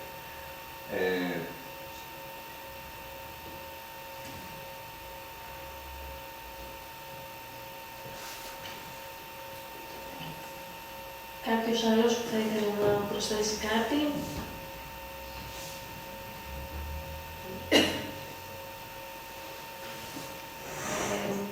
Θα θέλετε να πείτε κάτι, κύριε Ζωγησαρίου? Τα παιδιά σας είναι και παιδιά μας. Δίνουμε ιδιαίτερη σημασία και είμαστε πάρα πολύ κοντά. Η πρώτη μας ενέργεια ήταν να μιλήσουμε με τα κένταση. Είναι τα απαραίτητα κέντρα που ακριβώς ασχολούνται. Έχουμε και το διευθυντή εδώ του Κένταση Ιδίας, τον κύριο Γκέρτσιο. Γίνεται μια πάρα πολύ σημαντική δουλειά. Είναι καινοφανείς αυτές οι υπηρεσίες, είναι νεόφερτες. Δυστυχώς στη Σουηδία, παραδείγματος χάρη, μπορεί να έχουν μια διάρκεια ετών ή δεκαετιών. Τώρα στην Ελλάδα και η νοοτροπία και η εκπαίδευση και η αντιμετώπιση δεν έχει προϊστορία. Τώρα χτίζεται δυστυχώς το νομοσχέδιο. Πρώτο εμφανίστηκε νομίζω το 2018 και στα Κεδασί ο κανονισμός έγινε το 2021. Έτσι, με τον νόμο της Κεραμέως. Εν πάση περιπτώσει, είμαστε σε άμεση σχέση, επαφή με τον κύριο Γκέρτσιο και με όλα τα Κεδασί. Αύριο επισκέπτουμε το Κεδασί Φωκίδος. Θέλουμε να στηρίξουμε τα κέντρα αυτά ως περιφέρεια και σε ό,τι αφορά με καθηγητές κλπ. Αλλά και με υλικοτεχνικό εξοπλισμό. Ήδη στο ΕΣΠΑ της περιφέρειάς μας έχουμε εντάξει κονδύλια. Αυτή τη στιγμή καταγράφουμε τις ανάγκες, είμαστε δίπλα τους. Και φυσικά εγώ είμαι ένας τεχνοκράτης που προσπαθώ την πολιτική να την κάνω εφηρμοσμένη, δηλαδή να λύσω προβλήματα καθημερινότητας. Αυτή είναι η αποστολή μου. Τι θέλω να πω τώρα, για να γίνω και λίγο χρηστικός. Σε ό,τι αφορά τώρα τις μεταφορές μαθητών, μπορούμε να το δούμε αυτό, Γιάννη. Να δούμε δηλαδή ακριβώς πού εντοπίζονται, πού βρίσκονται τα παιδιά αυτά και να δοθούν συγκεκριμένες οδηγίες που αφορούν την υγιεινή και ασφαλή μεταφορά, παραλαβή και μεταφορά των μαθητών. Ήδη θα το κάνουμε αυτό φέτος ρητά για όλους τους μαθητές. Γιατί εν δυνάμει όλα τα παιδιά έχουν ειδικές ιδιαιτερότητες. Άρα θα κάνουμε μια καταγραφή, δεν ξέρω πώς θα γίνει αυτό. Θέλω να συνεργαστούμε μαζί σας, να υπάρξει μια άμεση επαφή. Τώρα, θα ήθελα να ρωτήσω, να πω δύο κουβέντες για την είδα και μου άρεσε αυτό. Κάποια παιδιά με τις ιδιαιτερότητες αυτές είπατε ότι λειτουργούν μια κινσέπ, μια καφετέρια. Πολύ σημαντικό. Μπορούμε λοιπόν να διερευνήσουμε και άλλες επαγγελματικές δραστηριότητες και να δημιουργήσουμε τις βάσεις για έναν επαγγελματικό προσανατολισμό αυτών των παιδιών.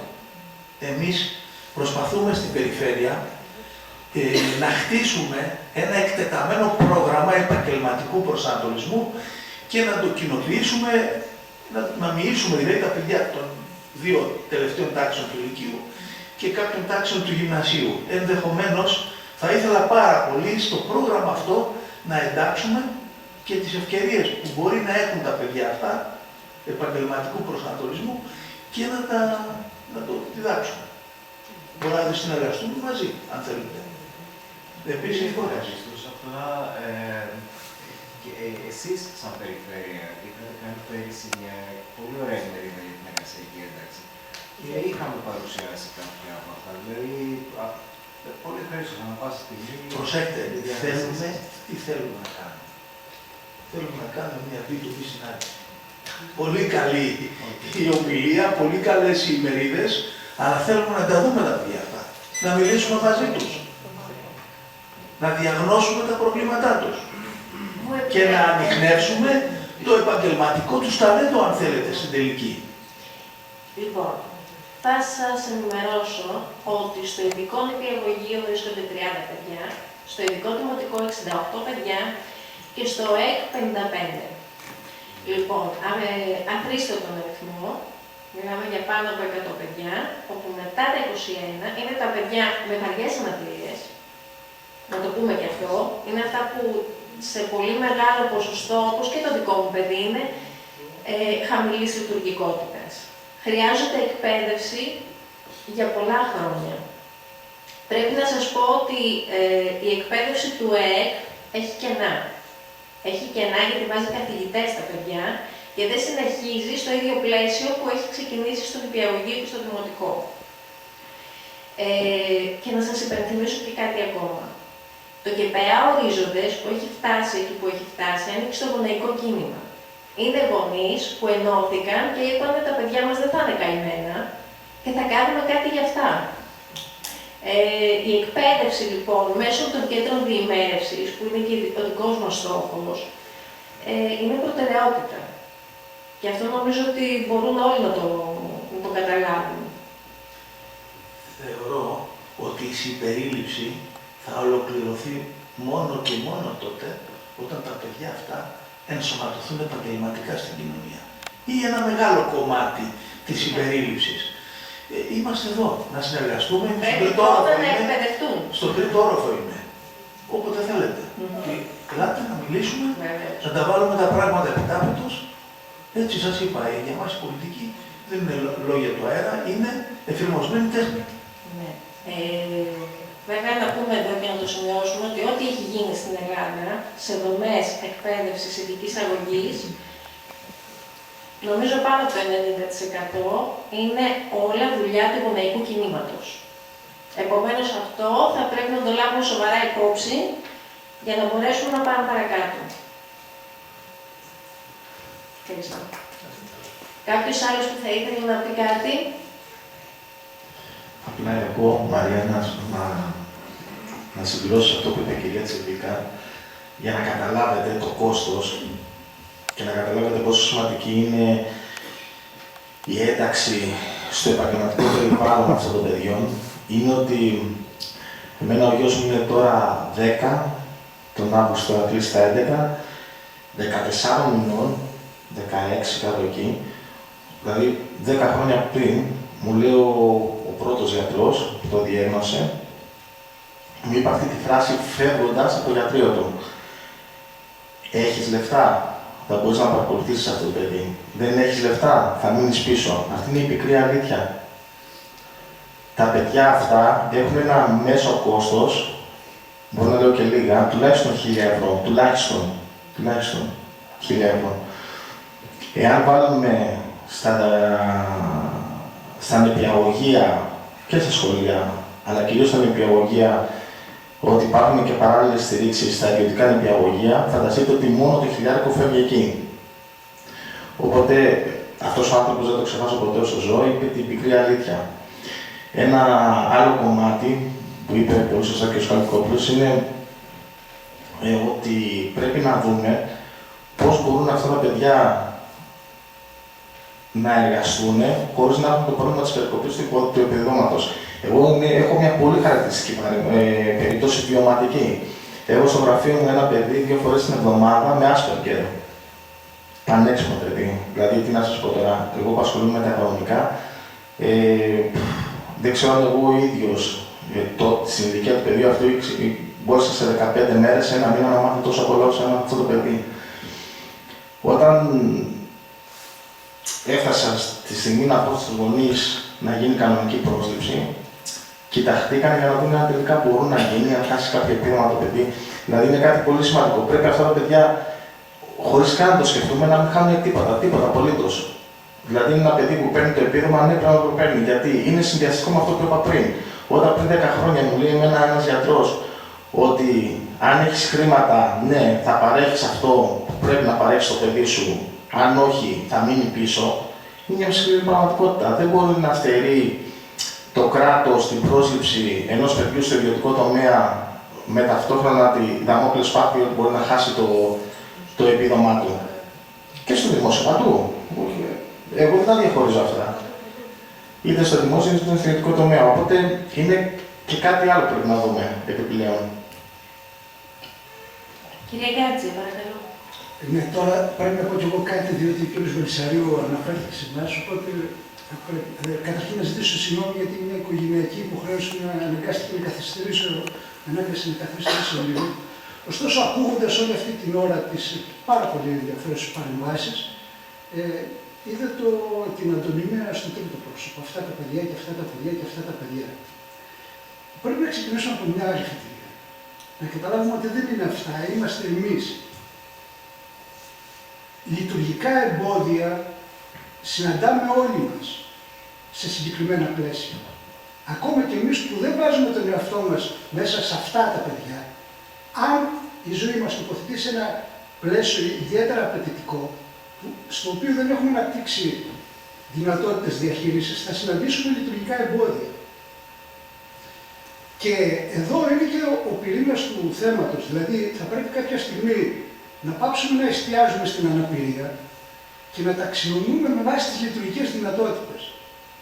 Να κινηθούμε από την αναπηρία στη λειτουργικότητα και να οικοδομήσουμε όλο το σύστημα στήριξης και τα επιδόματα και την πρόσβαση στην εργασία και τους εκπαιδευτικούς στόχους με βάση την ανάπτυξη της λειτουργικότητας, τις ικανότητες δηλαδή που έχει ο καθένας μας να μπει σε ένα περιβάλλον και να λειτουργήσει χωρίς εμπόδια. Ο πατέρας μου είναι 95 χρονών. Δεν μπορεί να πάει στο ATM να πάρει χρήματα, δεν ξέρει, δεν βλέπει, δεν μπορεί να πατήσει τα νούμερα, έχει λειτουργικό εμπόδιο.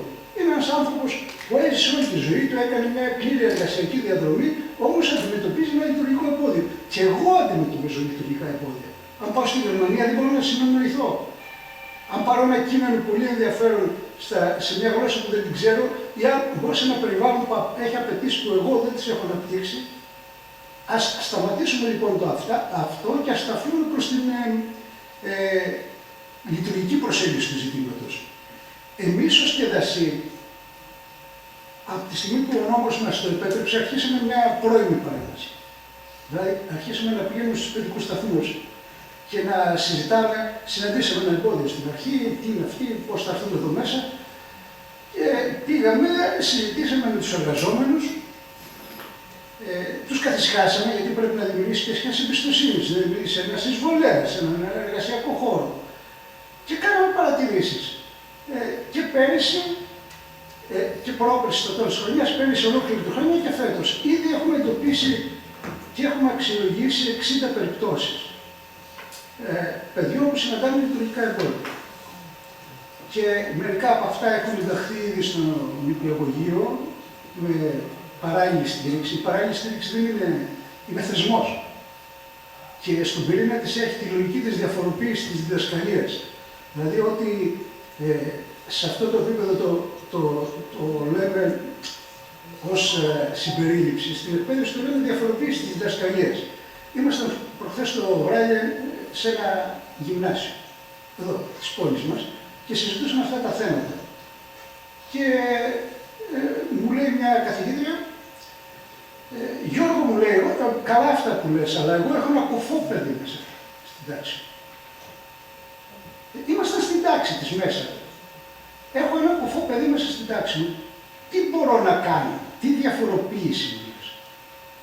Και άνοιξε το κινητό μου, και εσείς το έχετε, έχει ένα apps, μια απλή εφαρμογή που μπορώ να την ανοίξω και ό,τι λέω τώρα να το μετατρέπει σε κείμενο. Είναι μια απλή εφαρμογή που την έχουμε όλοι στα κινητά μας.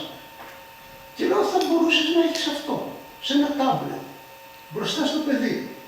Και όλη την διδασκαλία που κάνεις και που δεν έχει πρόσβαση μέσω του ήχου, να έχει πρόσβαση μέσω του τάμπλετ. Ή ακόμα καλύτερα, εφόσον έχει διαδραστικό πίνακα, τι είχε διαδραστικό πίνακα, να κατεβάσει αυτή την εφαρμογή στο διαδραστικό πίνακα, να ανοίξει ένα μικρό παράθυρο και τότε θα μπορεί να παρακολουθεί αυτά που παραδίδεις, διαβάζοντάς τα στον πίνακα, μαζί με τα άλλα τα παιδιά. Και θα ωφεληθεί και αυτό το παιδί και το άλλο παιδάκι που έχει δυσορθογραφία. Και θα βλέπει, ακούει και θα βλέπει τις λέξεις και θα ανεβαίνει το επίπεδο της ορθογραφίας. Και θα μπορεί στο τέλος της ώρας αυτό το κείμενο που θα έχει παραχθεί να το εξάγει σε Word και με μια μικρή επεξεργασία να του στείλει στα email τις σημειώσεις του μαθήματος. Και να επιφυληθούν όλα τα παιδιά και η ύπαρξη ενός κοφού παιδιού, ενός αυτιστικού παιδιού μέσα στην τάξη, αντί να είναι εμπόδιο και φασαρία, να γίνει ευκαιρία για να ανεβεί το επίπεδο και η ποιότητα της διδασκαλίας. Και μου λέει, είναι ρεαλιστικά όλα αυτά. Είναι ρεαλιστικά. Μόνο σε περίπτωση που μπορέσουμε ο καθένας να πάψει να λειτουργεί μόνος του και δημιουργήσουμε σχήματα συνεργασίας, τα οποία και θα μας ενδυναμώσουν και θα δημιουργήσουν έναν τρόπο να σκεφτόμαστε συλλογικά. Αυτό είναι, πιστεύω, ο πυρήνας του ζητήματος που πρέπει να αναζητήσουμε. Και εκεί πάνω θα βρούμε και τις καλές πρακτικές. Συγγνώμη τώρα για την παρέμβαση. Ευχαριστώ. Παρακαλώ, κάποιος άλλος που θα ήθελε να πει κάτι, να προσθέσει κάτι. Κανείς. Απλά να πούμε ότι δεν σας φιλοξενούμε σήμερα, είναι το σπίτι σας εδώ. Ευχαριστούμε Η πάρα περιφέρεια και να αισθάνεστε ότι πάντα ο Περιφερειάρχης και όλη η ομάδα, η διοικητική, θα είναι δίπλα σας για οποιοδήποτε πρόβλημα σας απασχολεί. Μιλάμε ότι η επικοινωνία λείπει από την πατρίδα μας, από τους συνέλληνες. Δεν επικοινωνούμε όσο πρέπει. Και είναι ενδεχομένως και ένα από τα κακά που έχουμε για να αντιμετωπίσουμε και τέτοιου είδους ιδιαιτερότητες, θα έλεγα. Έτσι. Όφιλα, έτσι ως οικοδεσπότης κατά κάποιο τρόπο, και εγώ και ο κύριος Χαρινάς να σας καλωσορίσουμε, έτσι, που είναι το σπίτι σας. Έτσι. Δεν είναι απλά ότι μπαίνετε με οποιαδήποτε ιδιότητα. Έτσι. Συγχαρητήρια στην ομιλία σας και θα ήθελα και συνεργασία μαζί σας για το συγκεκριμένο λόγο και ίσως πρωτοτυπήσουμε ενδεχομένως.